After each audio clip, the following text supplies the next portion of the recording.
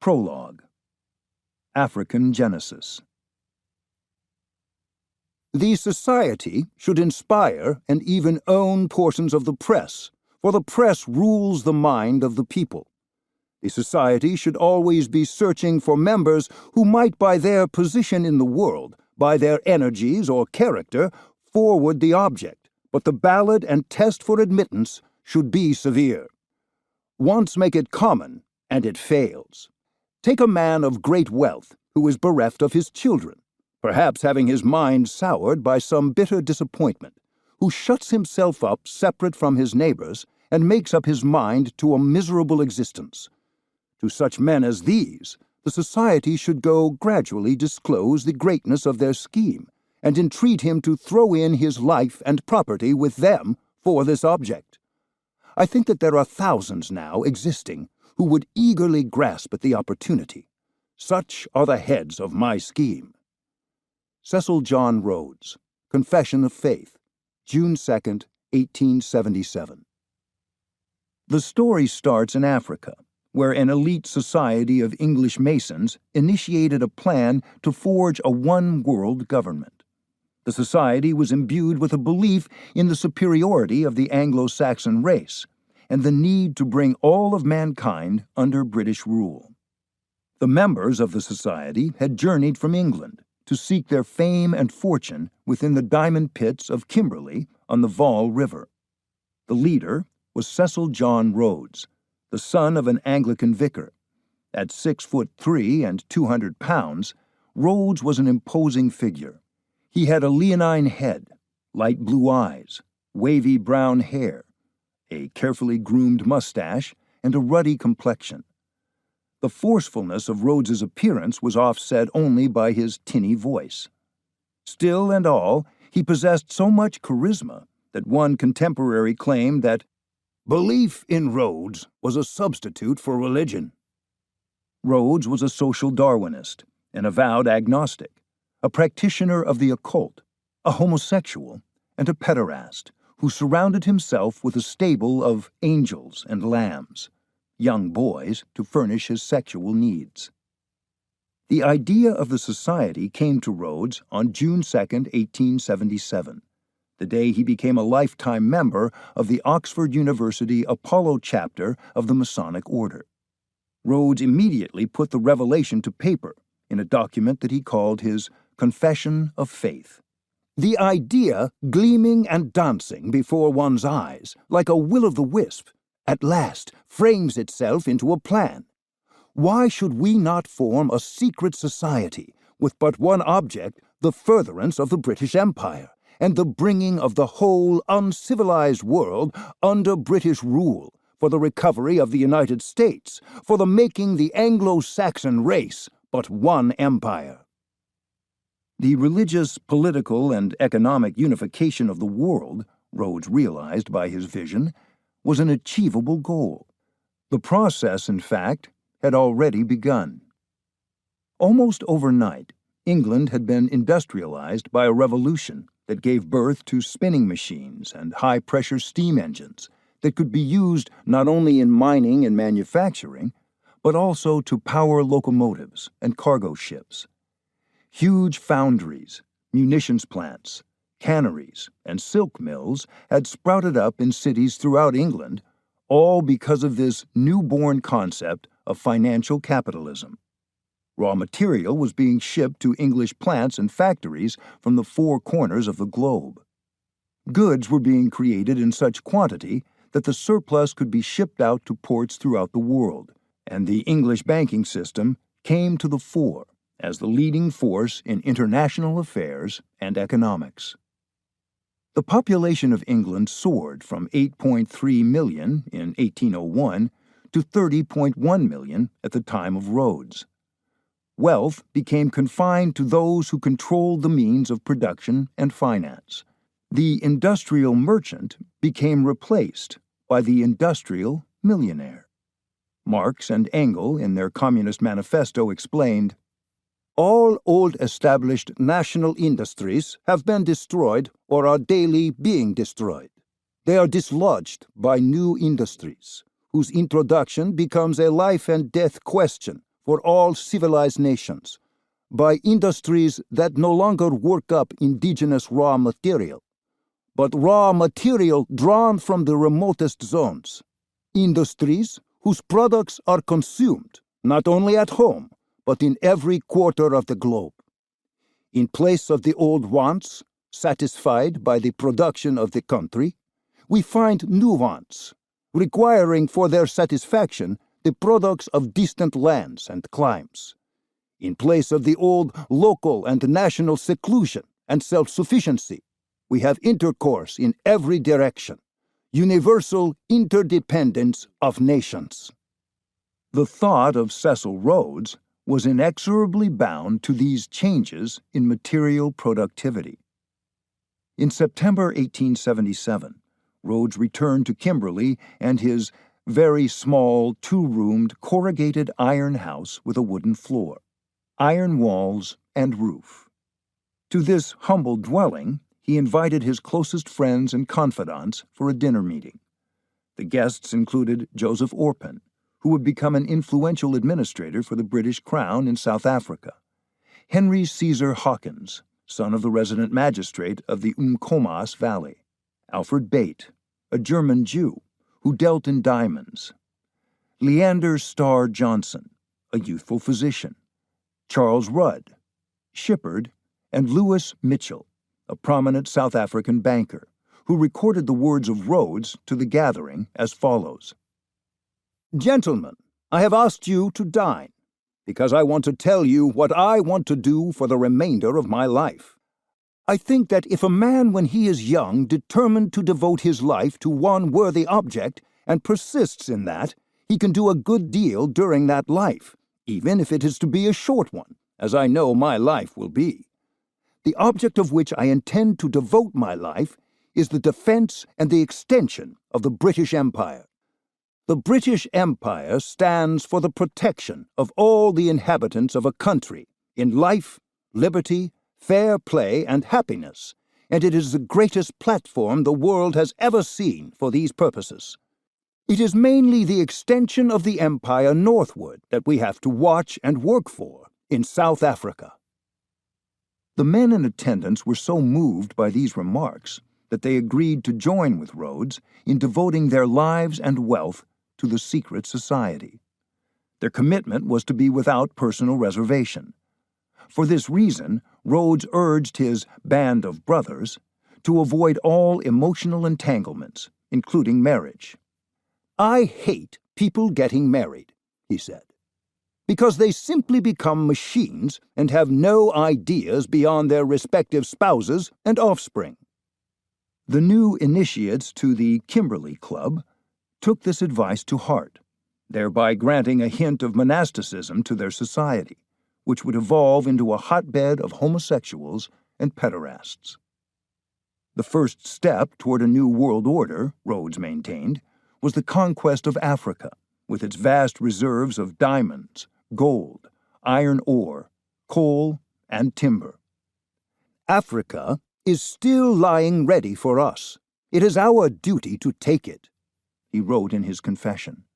"It is our duty to seize every opportunity of acquiring more territory, and we should keep this one idea steadily before our eyes, that more territory simply means more of the Anglo-Saxon race, more of the best, the most human, most honorable race the world possesses." Throughout his life, Rhodes's belief in the necessity of the British conquest of Africa remained unswerving. 15 years after penning his confession, he confided the following to William H. Stead, one of his most ardent disciples.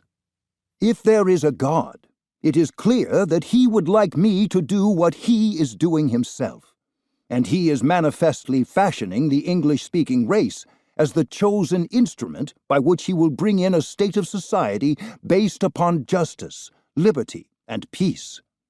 He would like me to paint as much of the map of Africa British red as possible, and to do what I can elsewhere to promote the unity and extend the influence of the English-speaking race." To initiate the conquest, Rhodes and members of his society entered politics and became elected to the Parliament of the Cape Colony. By 1891, Rhodes became the Prime Minister, a position he would hold for the next 5 years. Addressing the Cape Parliament, Rhodes said, "If you were to sleep for 25 years, you might find a gentleman called your Prime Minister sitting in Cape Town and controlling the whole, not only to the Zambezi, but to Lake Tanganyika." Now known as the Colossus, he initiated railway systems that ran from the Cape through the Orange State of the Boers and onto Johannesburg, and from southern Matabeleland to northern Mashonaland, Rhodesia. The dream that Rhodes expressed in his Confession of Faith was coming to fruition. Tens of thousands of British immigrants, lured by reports of gold, including the location of the fabled King Solomon's mines, and the offer of free land, moved from the overpopulated cities of England to the lands owned and controlled by Rhodes in South Africa. Within the new country that Rhodes called Zambezi, the new settlers came to produce more wheat, maize, and tobacco than anywhere else save America. Beef cattle thrived in the lowlands north of Bulawayo, and fruit, apples, oranges, lemons, pears, peaches, apricots, pineapples, strawberries, coconuts, and melons grew in such prodigious quantity that the highly profitable Rhodes fruit farms came into existence. To unify the vast continent into one enormous country, Rhodes laid plans for a Cairo to Cape Town railroad, a train that would traverse the Zambezi with its mighty falls, run through the meandering Congo, scale massive mountains like Kilimanjaro and Mount Kenya, stretch boundless savannas and vast deserts, and circle lakes the size of small seas. The jungles would be cleared. The timber would be transported on railroad cars to the cities, which would sprout up at the railroad stations. The natives would be pushed from their lands in accordance with the Glenn Gray Act, legislation initiated by Rhodes, and sent to work on the farms, factories, and industrial plants. This work, Rhodes believed, would assist the black natives in shedding their slovenly habits. "It must be brought home to them," Rhodes said, "that in the future 9/10 of them will have to spend their lives in manual labor, and the sooner that is brought home to them, the better." The inexhaustible minerals, iron ore, coal, copper, nickel, lead, bauxite, and gold of Africa would be mined by the black labor force. Riches beyond measure would be added to the British Empire, and it all seemed well within the grasp of Cecil Rhodes in 1895 when Zambesia was renamed Rhodesia in his honor. During this time, Rhodes made frequent visits to England, where he attracted a host of influential aristocrats to his secret society, now dubbed the Society of the Elect. The list of his new recruits included Lord Reginald Balliol Brett, Queen Victoria's closest adviser, Lord Archibald Primrose, the 5th Earl of Rosebery, and Rothschild's son-in-law, who would serve as Britain's Prime Minister from 1894 to 1895, and Arthur James Balfour, 1st Earl of Balfour, who would become the British Prime Minister from 1902 to 1905. Rhodes's ties to these three men would become tightened by their shared homosexuality and their preference for burly, blue-eyed boys.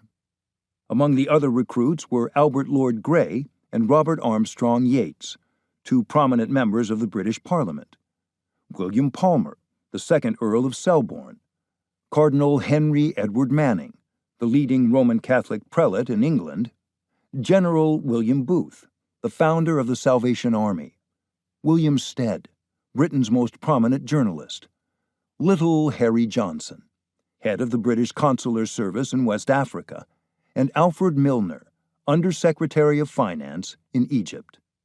Milner, who was also of questionable sexual orientation, merits special mention. Rhodes recognized in him the kind of steel that was required to pursue the dream of world domination. "I support Milner absolutely, without reserve. If he says peace, I say peace. If he says war, I say war. Whatever happens, I say ditto to Milner. But the most important recruit was Lord Nathan Rothschild, who had gained complete control of the Bank of England. Lord Rothschild was the leading member of the world's most influential banking families. The Rothschilds had established financial ties to such countries as Austria, Germany, Russia, Italy, France, Egypt, China, South Africa, India, New Zealand, and Australia. In the process, they established close relations with other Jewish banking families, including the Cohens, Warburgs, Schiffs, Kuhns, Loebs, Lazards, Lehmans, and Goldmans. These families worked together, shared resources, and engaged in joint business ventures. They shared a common Jewish heritage, maintained close social ties, and often intermarried. Natty Rothschild married the oldest daughter of Levi Barrett Cohen, a prominent London financier. Jacob Schiff, who had lived with the Rothschilds, moved to America and married the daughter of Solomon Loeb, the head of the Kuhn-Loeb banking dynasty. The two daughters of Marcus Goldman married the sons of Samuel Sachs to form Goldman Sachs. Paul Warburg left Hamburg for New York, where he married Nina Loeb, the daughter of Solomon Loeb. United by blood, marriage, and ethnicity, they provided funding to American businessmen and industrialists, including Andrew Carnegie, John D. Rockefeller, and J.P. Morgan. In this way, they created a money cartel that became the most powerful force on planet Earth. The members of the Society of the Elect met regularly at the Mowbray House in London. They shared much in common. The Society's original members shared much in common. Apart from Stead, they were personages of means who had been educated at Oxford or Cambridge. They were Masons, most members of the Apollo chapter. Even Manning, prior to receiving holy orders, had been a lodge member. They were imperialists who had been influenced by the thoughts of John Ruskin and his belief that the world must be reshaped into an aesthetically pleasing whole. They were social Darwinists who believed by the British people, by the process of natural selection, had evolved into the master race. With the exception of Stead, they held positions of political power that would impact the course of British affairs. They all had cultivated strong ties to the Rothschild family, who had served as the governor of the Bank of England before becoming a prelate. And they all shared a deep interest in the occult, including theosophy. Still focused on Africa and its vast riches, the Society plotted the Second Boer War, which raged from 1899 to 1902. As a result of this conflict, the Transvaal and the Orange Free State became incorporated into the British Empire. 6,000 Boers were killed in action, while 26,000 white civilians and 17,182 African natives died of disease and starvation in concentration camps that had been set up in territories previously ruled by the Boers. In a letter to Lord Frederick Roberts, Alfred Milner wrote, "I precipitated the crisis, which was inevitable, before it was too late. It is not very agreeable, and in many eyes not very creditable piece of business to have been largely instrumental in bringing about a big war." However, the 20,000 children who had died in the British concentration camps were of little consequence to Milner. When faced with criticism about the atrocities, Milner responded, "If we are to build up anything in South Africa, we must disregard, and absolutely disregard, the Screamers." The second objective of the Society of the Elect toward a new world order was the restoration of America to the imperial fold of Great Britain. In his confession, Rhodes wrote, "I once heard it argued by a fellow in my own college, I am sorry to own it by an Englishman, that it was a good thing for us that we have lost the United States. There are some subjects on which there can be no arguments, and to an Englishman this is one of them. But even from an American's point of view, just picture what they have lost. Look at their government. Are not the frauds that yearly come before the public view a disgrace to any country, and especially theirs, which is the finest in the world? Would they have occurred had they remained under English rule, great as they have become, how infinitely greater they would have been, with the softening and elevating influences of English rule? Think of those countless number of Englishmen that during the last 100 years would have crossed the Atlantic and settled and populated the United States. Would they have not made without any prejudice a finer country of it than the low-class Irish and German emigrants? All this we have lost, and that country loses, owing to whom? Owing to 2 or 3 ignorant, pig-headed statesmen of the last century. At their door lies the blame. Do you ever feel mad? Do you ever feel murderous? I think I do with those men. During his final years, the thoughts of Cecil John Rhodes turned more and more to the United States. William Stead observed, "He, Rhodes, was devoted to the old flag, the Union Jack, but in his ideas he was an American, and in his latter years he expressed to me his unhesitating readiness to accept the reunion of the English race under the Stars and Stripes, if it could not be obtained in any other way. Although he had no objection to the monarchy, he unhesitatingly preferred the American to the British Constitution, and the textbook which he laid down for his novitiates was a copy of the American Constitution." Rhodes believed that the unification of Britain and the United States would secure the peace of the world for all eternity, and the creation of a universal language. This merger could be effected, Rhodes argued, by the strengthening of economic trade between the two nations. Trade would be unencumbered by tariffs.